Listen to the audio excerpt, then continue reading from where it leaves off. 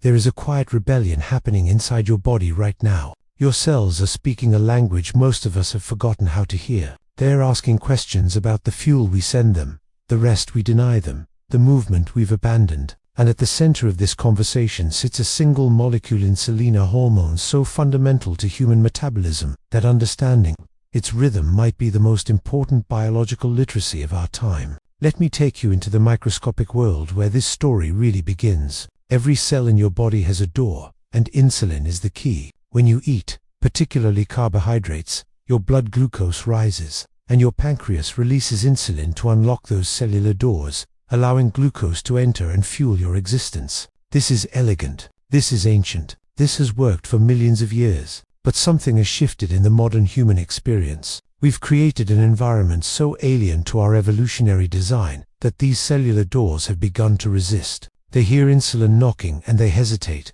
They've heard it too many times, too loudly, for too long. This is insulin resistance, not a disease in its early stages, but a cellular exhaustion, a metabolic fatigue that whispers warnings years before diagnosis. The human body possesses an extraordinary capacity for adaptation, and nowhere is this more visible than in skeletal muscle. When you engage in resistance training, when you ask your muscles to work against force, you're not simply building strength for its own sake. You're manufacturing metabolically active tissue, living, breathing cellular machinery that consumes glucose with remarkable efficiency. More muscle mass means more cellular doors, more locations where glucose can find a home without requiring excessive insulin. A person with developed musculature processes carbohydrates fundamentally differently than someone with minimal muscle tissue.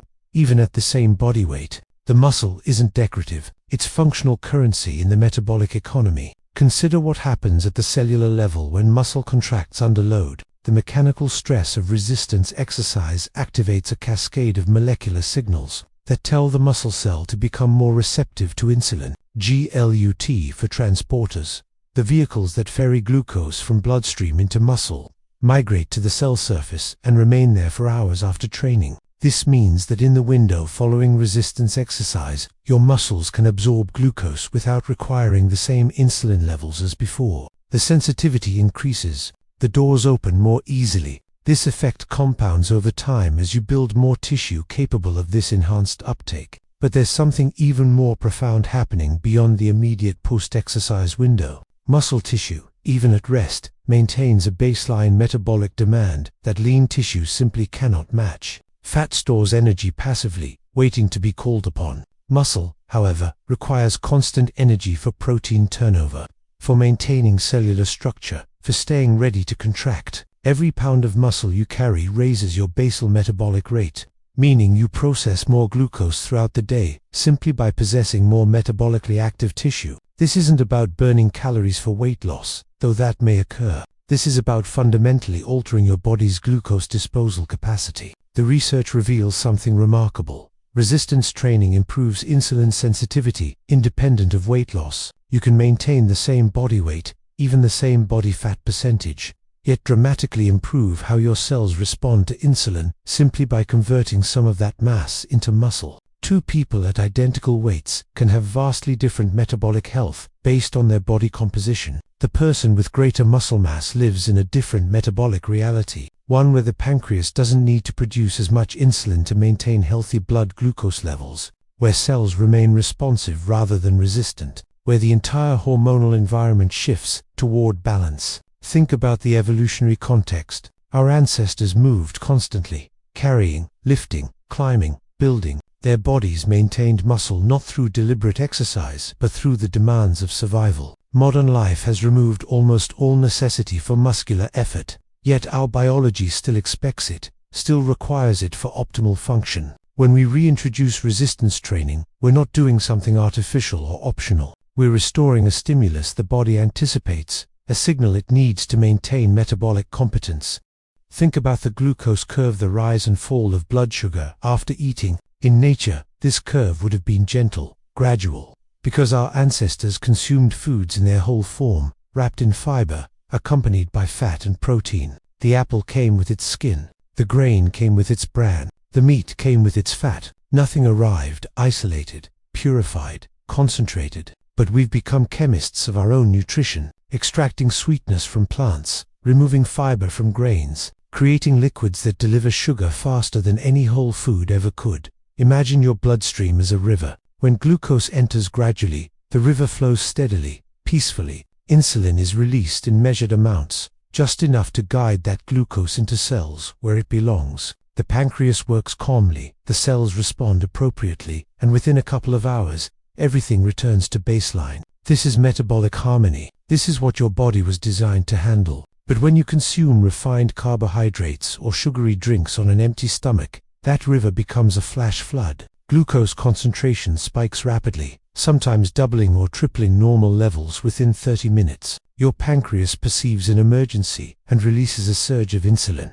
To manage the crisis, here's what most people don't realize about these glucose spikes. They create a cascade of consequences far beyond the immediate moment. When blood sugar rises sharply, the excess glucose that cannot be immediately used gets converted to fat, particularly visceral fat around your organs. The high glucose itself is inflammatory, damaging the delicate endothelial lining of your blood vessels through a process called glycation, where sugar molecules bind to proteins and impair their function. Your mitochondria, the energy factories in your cells, become overwhelmed and produce reactive oxygen species that damage cellular structures. And perhaps most insidiously, that sharp spike is almost always followed by a sharp crash as the insulin leaving you tired, irritable, and craving more sugar within an hour or two. This spike and crash pattern creates a vicious cycle. You eat something sweet or starchy, your glucose surges, insulin floods your system.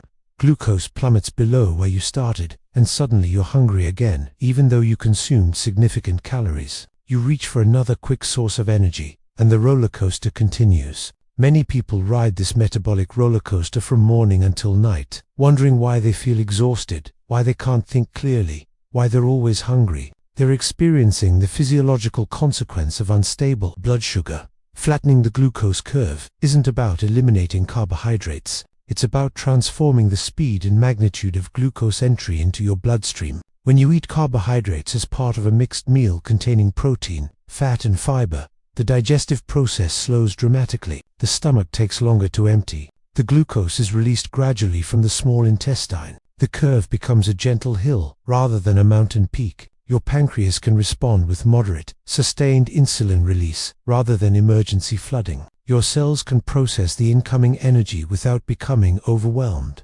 The practical implications are profound. Two people can consume identical amounts of carbohydrates, yet create entirely different metabolic experiences based on how those carbohydrates arrive. One person eats white bread alone for breakfast and triggers a massive glucose spike. Another person eats the same bread with eggs, avocado, and vegetables, and their glucose barely rises above baseline. Same carbohydrate quantity, radically different biological reality. The second person will have stable energy for hours, no cravings, no inflammation, no insulin surge demanding that their cells work overtime. There's emerging technology that makes this visible in real time. Continuous glucose monitors, once reserved for diabetics, now allow anyone to see exactly what different foods do to their blood sugar. People who wear these devices report profound revelations. They discover that the oatmeal they thought was healthy sends their glucose soaring, while a meal they considered indulgent barely moves the needle. They see how a 10-minute walk after eating can flatten a spike. They watch stress cause glucose to rise without eating anything at all. This feedback transforms abstract nutritional advice into personalized, visceral understanding.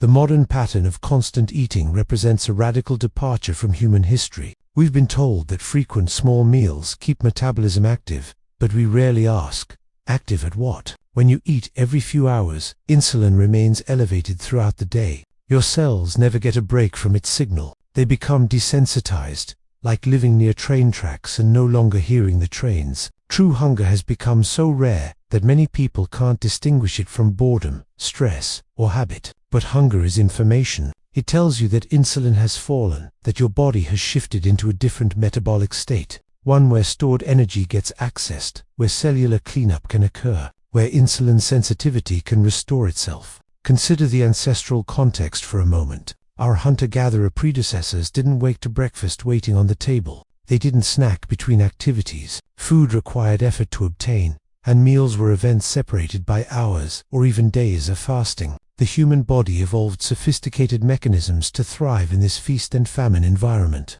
When food was available, insulin rose to store nutrients. When food was scarce, insulin fell, and the body seamlessly switched to burning stored fat for energy. This metabolic flexibility, this ability to transition smoothly between fuel sources, is fundamental to human physiology. But constant eating locks us into one metabolic mode, the fed state, where insulin remains chronically elevated, and that flexibility atrophies from disuse. When you create deliberate periods without food, remarkable things happen at the cellular level. Insulin drops significantly within 3 to 4 hours after your last meal. As it falls, your cells become more sensitive to its signal because they're no longer constantly bathed in it. Think of it like a conversation. If someone speaks to you continuously without pause, you eventually tune them out. But if they speak occasionally, you listen attentively. Your cells relate to insulin the same way. The silence between meals makes them more responsive when insulin does arrive. There's also a profound process called autophagy that accelerates during fasting periods. This is your body's internal recycling system,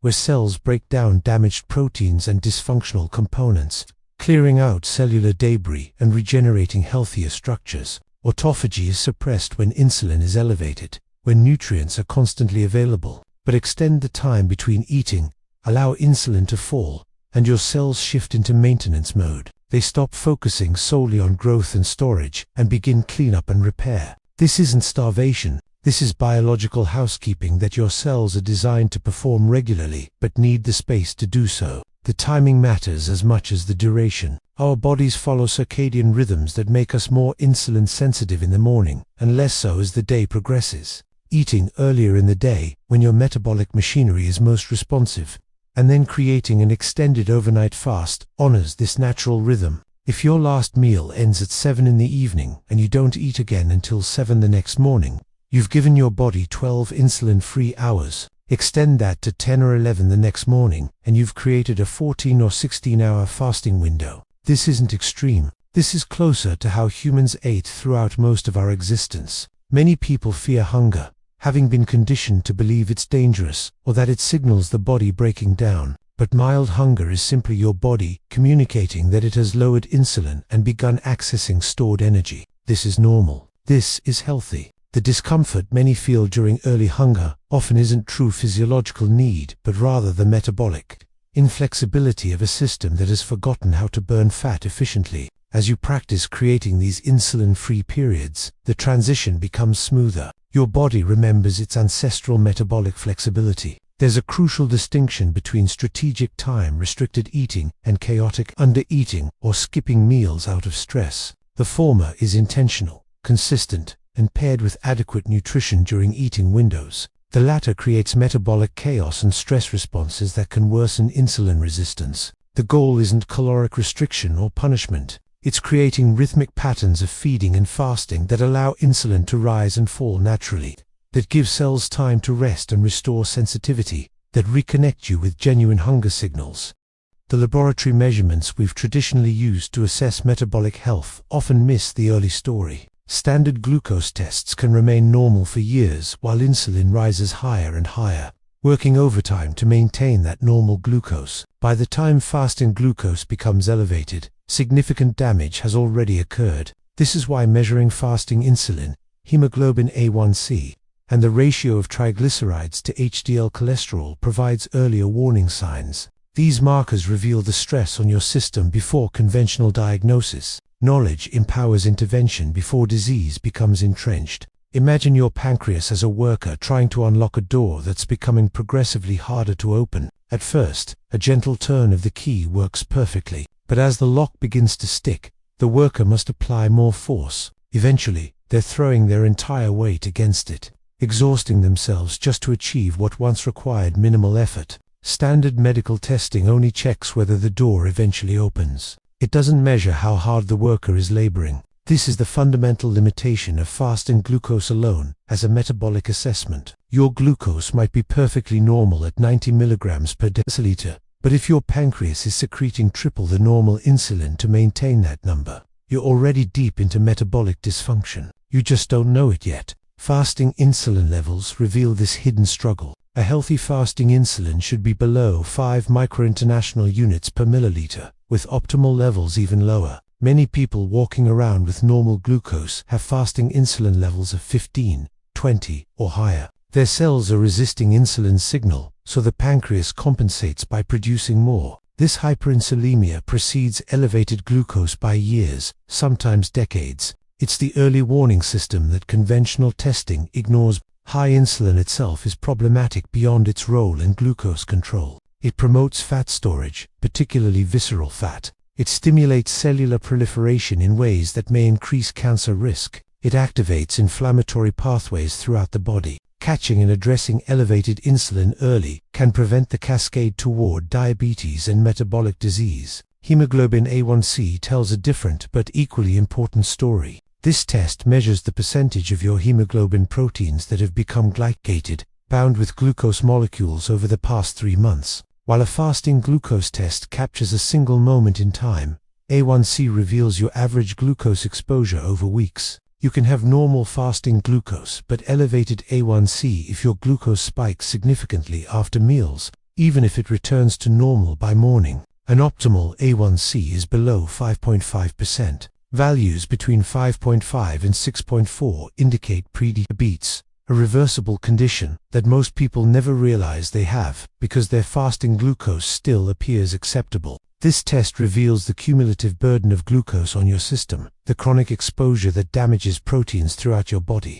The triglyceride to HDL cholesterol ratio might seem unrelated to insulin resistance until you understand the metabolic connection. When insulin resistance develops, your liver begins overproducing triglycerides, fat particles in the bloodstream, while HDL cholesterol, the protective kind, decreases. A ratio above 3 suggests insulin resistance, while optimal metabolic health shows ratios below 2, ideally closer to 1. This simple calculation from a standard lipid panel provides a window into hepatic insulin sensitivity. Your liver is one of the first organs to become insulin resistant, and this ratio reflects that dysfunction before glucose regulation fails completely. What makes these tests powerful is their accessibility. You don't need specialized equipment or expensive procedures. A standard metabolic panel and lipid panel, tests your doctor likely orders annually, contain most of this information. You simply need to ask for fasting insulin to be added, and then calculate the triglyceride to HDL ratio yourself. The cost is minimal. The insight is profound. Many people discover they have significant insulin resistance, despite being told their metabolic health is fine based on glucose and weight alone. There's something deeply empowering about seeing these numbers improve over time. When you implement changes around nutrition, movement, sleep, and stress management, you can watch fasting insulin drop. You can see A1C decline. You can observe the triglyceride to HDL ratio normalize. These aren't subjective improvements or vague feelings of wellness. These are objective measurements of cellular function improving, of disease risk decreasing, of your body responding to better inputs. The feedback loop between behavior and biology becomes visible and motivating. We've been measuring the wrong thing when it comes to body composition. Body mass index tells you almost nothing about metabolic health because it cannot distinguish muscle from fat, nor can it reveal where fat is stored. But waist circumference, particularly the waist-to-height ratio, reveals visceral adiposity fat stored around organs, the most metabolically active and dangerous type. This deep abdominal fat releases inflammatory signals and free fatty acids directly into portal circulation, driving insulin resistance at the liver. You can have a normal BMI and dangerous visceral fat, or an elevated BMI with healthy metabolic markers if you carry muscle and minimal visceral adipose. The obsession with the scale has created a distorted understanding of health. Two people standing side by side at the exact same height and weight can exist in completely different metabolic realities. One might carry significant muscle mass with fat distributed subcutaneously under the skin, metabolically relatively benign. The other might have minimal muscle with fat concentrated deep in the abdomen, wrapped around the liver, pancreas, and intestines. The scale cannot tell these people apart. BMI, which simply divides weight by height squared, is equally blind to this crucial distinction. Yet their risk for insulin resistance, type 2 diabetes, cardiovascular disease, and metabolic syndrome differs dramatically. Visceral fat behaves nothing like the fat you can pinch on your thighs or arms. Subcutaneous fat, while not metabolically inert, functions primarily as energy storage. It sits beneath the skin, relatively quiet, waiting to release fatty acids when needed. Visceral fat, however, is metabolically aggressive. It secretes inflammatory cytokines, proteins that promote systemic inflammation throughout your body. It releases adipokines that interfere with insulin signaling, most critically, because visceral fat sits in the abdominal cavity. The fatty acids and inflammatory molecules it releases drain directly into the portal vein, the blood vessel that feeds the liver. Your liver receives a concentrated dose of these harmful substances before they're diluted into general circulation.